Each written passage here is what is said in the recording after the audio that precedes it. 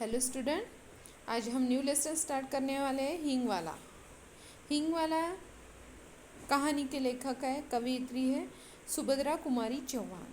परिचय दिया है 1904। इनका जन्म हुआ था 1904 इलाहाबाद उत्तर प्रदेश में। मृत्यु हुआ था 1948 में जबलपुर मध्य प्रदेश में। परिचय है सुभद्रा कुमारी जी चौहान सुप्रसिद्ध कवित्री है, साथ में लेखिका है। राष्ट्रीय चेतना, नारी विमर्श, शैशवकाल की स्मृतियाँ आपकी कविताओं के मुख्य केंद्र बिंदु बने हैं।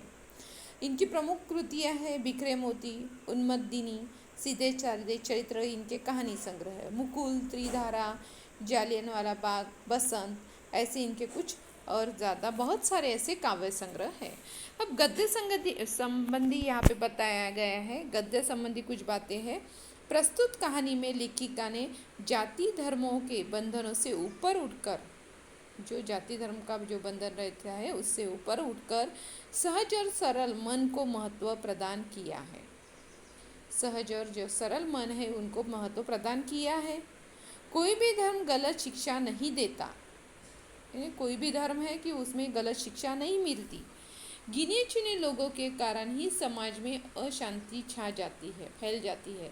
यहाँ सर्वधर्म समभाव जताया गया है और इस कहानी के माध्यम से लेखिका ने ये बताया है कि समधर्म समभाव ही महत्वपूर्ण है।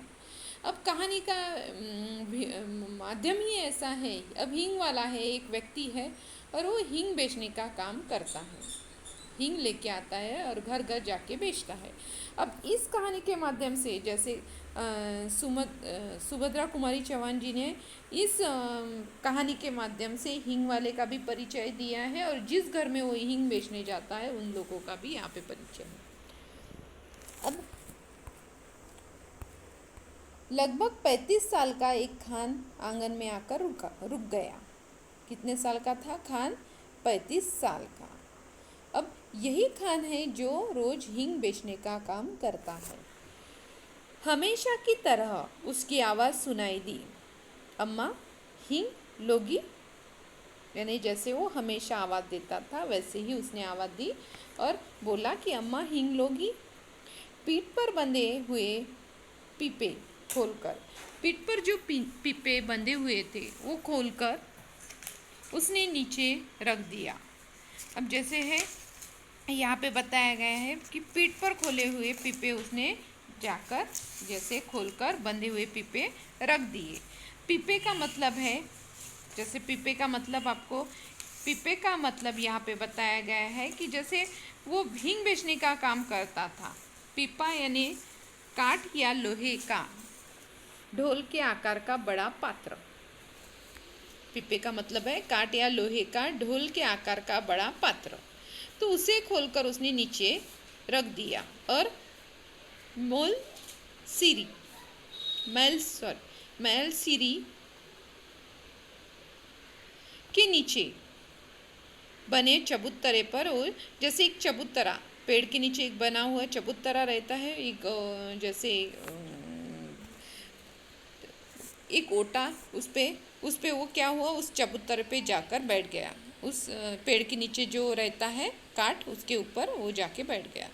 भीतर बरामदे से 9-10 वर्ष के एक बालक, यानी ऐसे 9-10 साल का एक बालक ने बाहर निकलकर उत्तर दिया। इस घर से, ये बैठा था चबूतरे पे खान, और उस घर से एक बालक निकला और उसने निकलकर उत्तर दिया, अभी कुछ नहीं लेना है, जाओ। उस हींग वाले को बोला कि अभी कुछ नहीं चाहिए, तुम अभी जाओ। पर खान भला क्यों जाने लगा। यानी खान को ऐसी आदत थी, जब तक अम्मा बाहर नहीं आएगी और जब तक उसे उत्तर नहीं देगी तब तक खान घर से नहीं जाता था, घर के वो चबूतरे से उठकर नहीं जाता था। अब उस लड़के ने आके खान को बोला कि नहीं चाहिए, तुम जाओ। ज़रा आराम से बैठ गया और अपने साफे के छोर से हवा करता हुआ बोला। यानी वो जैसे गर्मी हो रही थी तो उसको वो अपने दुपट्टे से खुद को ही जैसे हवा दे रहा था और हवा करता हुआ बोला, अम्मा हींग ले लो अम्मा। फिर से उसने अम्मा को आवाज़ दी कि हींग ले लो। एक बच्चे ने अंदर से आके बोला कि हींग नहीं चाहिए, तो भी वो अम्मा की राह देख रहा था। अम्मा यानी वो उस घर की जैसे घर वाली, यानी वो घर चलाने वाली स्त्री। तो अम्मा हींग ले लो अम्मा, हम अपने देश जाता है। यानी हिंग खान बोला हम अपने देश जाता है, बहुत दिनों में, यानी बहुत दिनों के बाद मैं लौटूंगा। ऐसे हिंग वाला सावित्री को बोलता है। सावित्री है उस घर की जैसे अम्मा। सावित्री रसोई घर से हाथ धोकर बाहर आई और बोली हिंग तो बहुत, यानी रसोई घर से बाहर आई सावित्री, और हिंग तो बहुत सी ले रखी है खान। यानी अम्मा ने बोला कि मैंने तुम्हारे पास से बहुत सारी हिंग लेके रखी है खान। अभी 15 दिन हुए नहीं, तुमसे ही तो ले ली थी। यानी अम्मा ने बोला कि अभी तो 15 दिन हुए, तुम्हारे पास से ही तो हिंग ले ली थी। तो हिंग वाले का बोलना क्या था कि मैं गांव जाने वाला हूँ और फिर मैं बहुत दिन नहीं आऊँगा। और माँ ने बोला, जैसे सावित्री ने बोला कि हिंग तुम्हारे पास से ही ली है और बहुत सारी ली है। अब वह उसी स्वर में फिर से बोला हेरा हिंग है माँ। यानी हेरा यानी जैसे खड़े का हिंग है, हमको तुम्हारे हाथ की बोहनी लगती है। यानी सावित्री कभी भी खान की बोहनी करने का कार्य करती थी। तो उसी स्वर में वो बोली कि मुझे हिंग नहीं चाहिए, और खान ने बोला कि मुझे तुम्हारे हाथ की बोहनी लगती, एक ही तोला ले लो, पर लो ज़रूर। खान का बोलना था कि ज़्यादा मत लो, पर एक ही तोला ले लो, क्योंकि मुझे तुम्हारे हाथ की बोहनी लगती।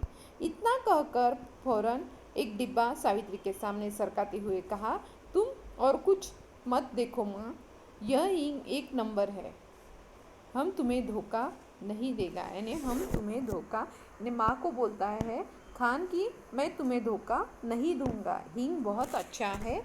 और जैसे हिंग के बारे में भी बताया है कि हिंग बहुत अच्छा है और मैं तुम्हें धोखा नहीं दूंगा, सावित्री बोली। अब यहाँ पे है बोहनी का मतलब है कि किसी भी चीज़ की किस बोहनी कर रहे हैं, यानी किसी चीज़ की या किसी दिन की पहली बिक्री, बोहनी का मतलब बताया है। उसके बाद है तोला, एक ही तोला ले लो। तोला का मतलब है 12 माशे की पुरानी तौल। अब सरकाते, सरकाना है किसी चीज़ को ज़मीन से सटका कर धीरे से आगे बढ़ाना। ऐसे ये कौन कर रहा था? खान कर रहा था, खान ने सरका दिया था। अब सावित्री बोली पर हिंग लेकर करूँगी क्या? प्रश्न पूछा है सावित्री ने कि इतना हिंग है कि और हिंग लेकर करूँगी क्या? अब आगे सावित्री ने बोलने के बाद ढेर सी तो रखी है, यानी बहुत सारी ढेर सी हिंग मेरे पास है।